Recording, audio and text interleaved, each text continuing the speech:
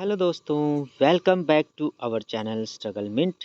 तो दोस्तों, ग्रामर की एक श्रृंखला जो हम आपके लिए लेकर आए हैं, उस श्रृंखला के अंतर्गत हमने कई सारे पार्ट्स को डिस्कस किया है।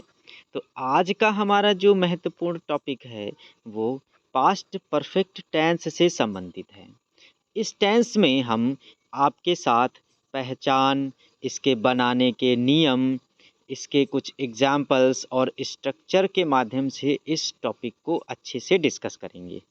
तो ज़्यादा समय ना लेते हुए चलिए शुरुआत करते हैं। तो देखिए क्या कह रहा है कि जब कोई क्रिया पूर्णतः समाप्त हो चुकी हो, यानी कोई ऐसा कार्य है जो समाप्त हो चुका है और बीते हुए समय से संबंधित जुड़ा हो, तो आपको क्या समझ लेना है कि ये जो सेंटेंस है वो बेसिकली पास्ट परफेक्ट टेंस से संबंधित है।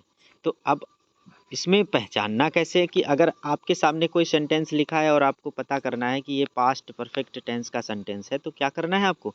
इसमें सबसे पहले तो आपको ये समझ लेना है कि हमारे पास दो तरह हैं, दो तरीके हैं जिनके माध्यम से हमें समझना है। तो पहला आसान दिखने में लेकिन समझने में कठिन है, तो इसको भी समझ लेते हैं। और जो आसान नहीं है, कठिन है, लेकिन इसका प्रयोग अगर आप समझ गए तो आसानी से हर एक वाक्य को पहचान जाएंगे।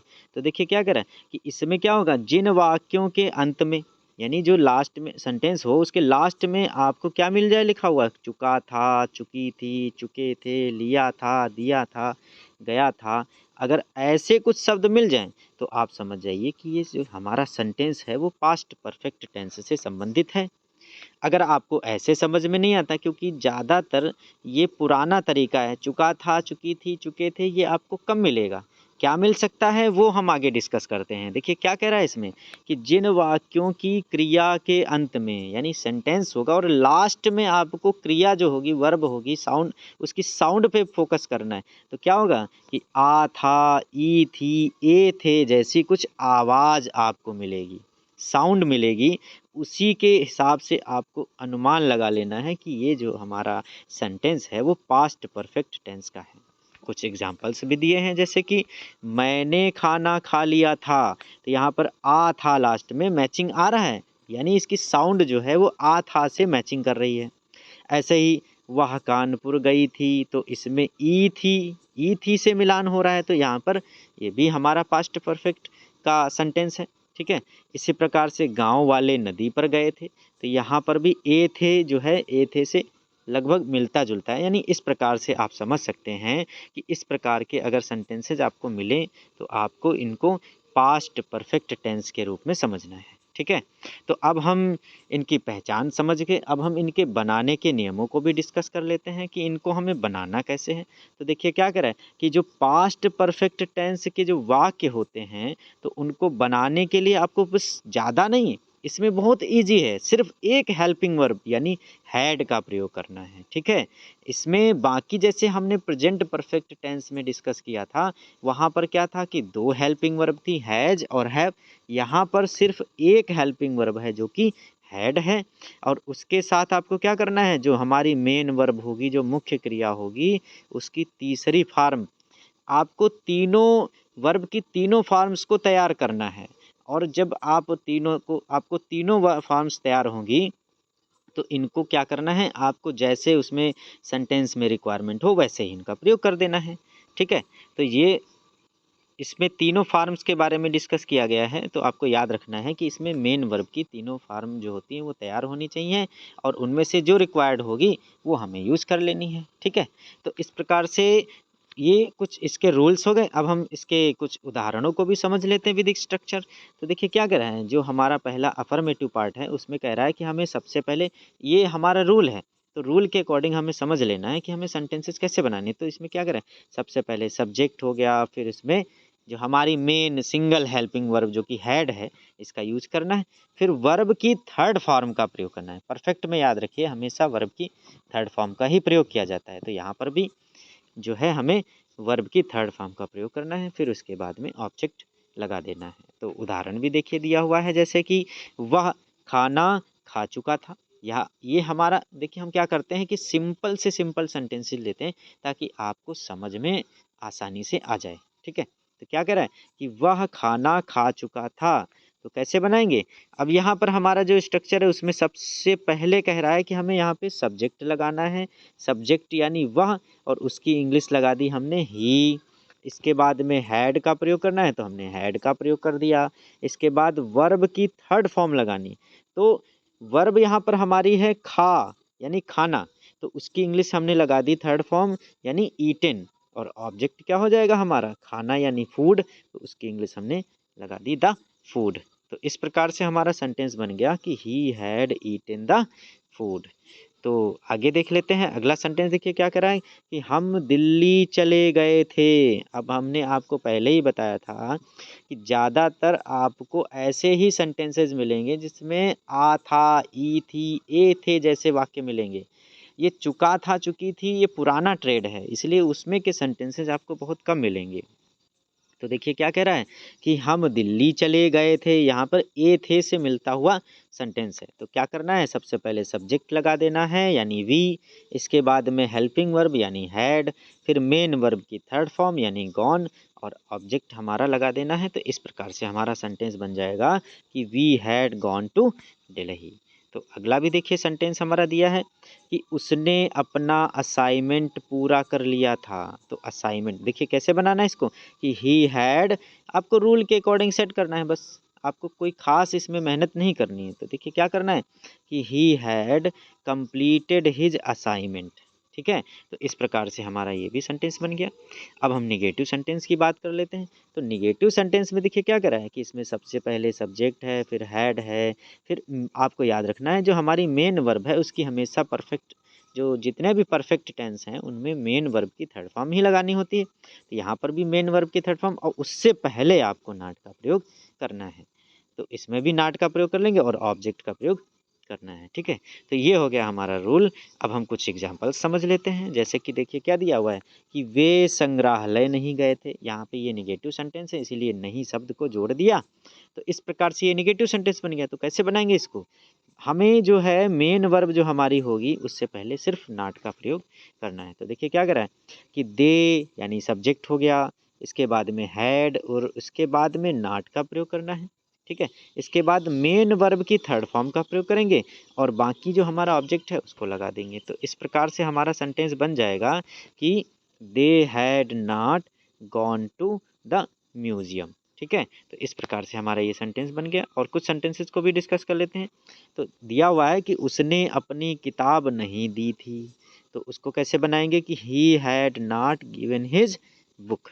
ठीक है, तो इस प्रकार से अगला भी सेंटेंस डिस्कस कर लेते हैं। देखिए क्या कह रहा है कि बच्चों ने फुटबॉल नहीं खेला था। तो क्या बनाएंगे इसको कि the children had not played the football. ठीक है, तो इस प्रकार से ये भी सेंटेंस हो गया। हम इंटेरोगेटिव सेंटेंस को अब डिस्कस कर लेते हैं। तो देखिए क्या कह रहा है कि इसमें सबसे पहले इंटेरोगेटिव का ये फर्स्ट टाइप है और इसमें क्या होता है हेल्पिंग वर्ब जो है हमेशा सबसे पहले लगाते हैं। तो यहाँ पर भी हमने सबसे पहले हेल्पिंग वर्ब लगा दी, फिर उसके बाद में सब्जेक्ट, फिर वर्ब की थर्ड फॉर्म, फिर ऑब्जेक्ट और उसके साथ में हमें क्वेश्चन मार्क का प्रयोग करना है।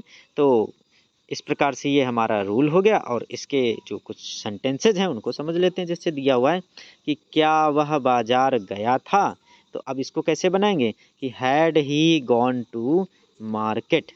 ठीक है, और इसके बाद अगला जो आपको क्या करना है, सिर्फ स्ट्रक्चर जो हमारा रूल है उसके अकॉर्डिंग हमें सिर्फ इसको सेट करना है। जैसा कि इसमें कह रहा था कि इसमें सबसे पहले हेल्पिंग वर्ब है तो हमने सबसे पहले हेल्पिंग वर्ब लगा दी, फिर जो सब्जेक्ट कह रहा था तो हमने सब्जेक्ट लगा दिया, फिर वर्ब की थर्ड फॉर्म कह रहा था तो वर्ब की थर्ड फॉर्म लगा दी, फिर ऑब्जेक्ट क्या है मार्केट, उसका हमने यूज कर लिया। ठीक है, तो इस प्रकार से हमारा ये सेंटेंस बन गया। ठीक है, तो और भी एक सेंटेंस दिया है उसको भी हम डिस्कस कर लेते हैं। देखिए क्या कह रहा है कि क्या उसने अपना होमवर्क कर लिया था। तो इसको कैसे बनाया गया है कि हैड सी, यहाँ पर आप सी या ही इनमें से कोई भी लगा सकते हैं क्योंकि यहाँ पे सब्जेक्ट हमारा उसका जेंडर क्लियर नहीं है कि कौन सा है, मेल है या फीमेल है। तो आप ही या सी जो अच्छा लगे वो आप लगा सकते हैं। तो क्या कह रहा है कि had she done her homework, लेकिन यहाँ पर अगर आपने सी का प्रयोग किया है तो उसके साथ आपको हर का प्रयोग करना है। अगर आप यहाँ पे ही का प्रयोग करेंगे तो आपको हिज का प्रयोग करना है, बस इतना ही डिफरेंस रहेगा। ठीक है, तो इस प्रकार से आपका जो सेंटेंस बन जाएगा कि had she done her homework. ठीक है। तो अब यहाँ पर एक महत्वपूर्ण टॉपिक ये आता है कि जो पास्ट परफेक्ट टेंस है उसमें दो घटनाओं वाले सेंटेंस भी होते हैं। तो दो घटनाओं वाले सेंटेंस किस प्रकार से होते हैं उनके बारे में भी थोड़ा डिस्कस कर लेते हैं। देखिए क्या कह रहा है कि जब एक वाक्य में दो घटनाएं होती हैं, यानी एक साथ दो घटनाएं हों, जो घटना पहले होती है उसमें आपको पास्ट परफेक्ट टेंस का प्रयोग करना है। याद रखिएगा, अगर दो घटनाएं हो रही हैं तो जो पहले घटना होगी उसमें आपको पास्ट परफेक्ट टेंस, और जो बाद में घटना हुई होगी उसमें आपको सिंपल पास्ट टेंस या पास्ट इंडेफिनिट टेंस का प्रयोग करना है। ठीक है, तो उसके जो कुछ एग्जाम्पल्स दिए हैं उनको समझ लेते हैं।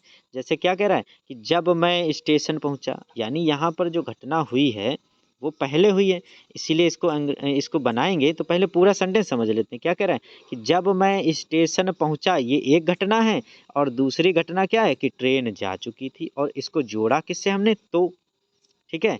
तो इस प्रकार से हमारा सेंटेंस क्या बन गया, दिया हुआ है कि जब मैं स्टेशन पहुंचा तो ट्रेन जा चुकी थी, ये हमारा हिंदी पार्ट है। और इसमें सबसे पहले फर्स्ट पार्ट को हमें पास्ट परफेक्ट टेंस में बनाना है, और जो सेकंड पार्ट है उसको पास्ट इंडेफिनिट टेंस में बनाना है।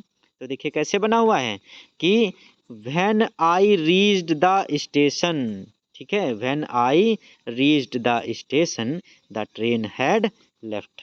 ठीक है, तो अब यहाँ पर ये इसमें गौर करने वाली बात ये थी कि ये जो सेंटेंस है उसमें घटना पहले कौन सी हुई है इस पर डिपेंड करता है। तो इसीलिए द ट्रेन हैड लेफ्ट जो है पार्ट पास्ट परफेक्ट में बनाया गया, क्योंकि इसमें जो ट्रेन थी वो पहले ही जा चुकी थी और बाद में पहुंचा है। तो यहाँ पर पहले ही मैंने डिस्कस किया था कि जो घटना पहले हुई होगी, देखिए यहाँ पर खुद ही दिया हुआ है कि जो पहले घटना होगी उसके लिए पास्ट परफेक्ट टेंस बनेगा, और जो बाद में होगी उसको सिंपल पास्ट टेंस यानी पास्ट इंडेफिनिट टेंस में बनाएंगे। तो इसीलिए यहाँ पर ट्रेन के जाने का कार्य पहले हुआ, इसीलिए इसको पास्ट परफेक्ट में बनाया गया, और ये जो पहुँचने की घटना है ये बाद में है, इसीलिए इसमें यहाँ पे पास्ट इंडेफिनिट टेंस का प्रयोग किया गया है। ठीक है, तो इसमें कन्फ्यूजन की कोई आवश्यकता नहीं है। तो अब देखिए इसको बनाया कैसे कि when I reached the station the train had left. ठीक है, अब इसमें दूसरा सेंटेंस है, इसको भी डिस्कस कर लेते हैं। देखिए क्या कर रहा है कि डॉक्टर के आने से पहले रोगी मर चुका था। तो अब यहाँ पर गौर करने वाली बात यह है कि डॉक्टर पहुंचा उससे पहले ही रोगी मर चुका है, यानी रोगी के मरने की जो प्रक्रिया है वो पहले हुई, इसीलिए इसको पास्ट परफेक्ट टेंस में सबसे पहले ही बना देंगे, फिर बाकी जो पार्ट है उसको पास्ट इंडेफिनिट में बाद में नोट करेंगे। तो कुल मिला के हमारा जो सेंटेंस बन जाएगा वो इस प्रकार से बनेगा कि द पेशेंट हैड डाइड। ठीक है, और पहले की अंग्रेजी क्या लगी यहाँ पे, बिफोर, इसके बाद क्या लिखा है, द डॉक्टर केम, ये पास्ट इंडेफिनिट में है। तो कुल मिला के हमारा जो सेंटेंस बन जाएगा the patient had died before the doctor केम। ठीक है, तो इस प्रकार के सेंटेंसेस भी आपको जो पास्ट इंडेफिनिट टेंस का जो पार्ट है इसमें आपको देखने को मिलेंगे।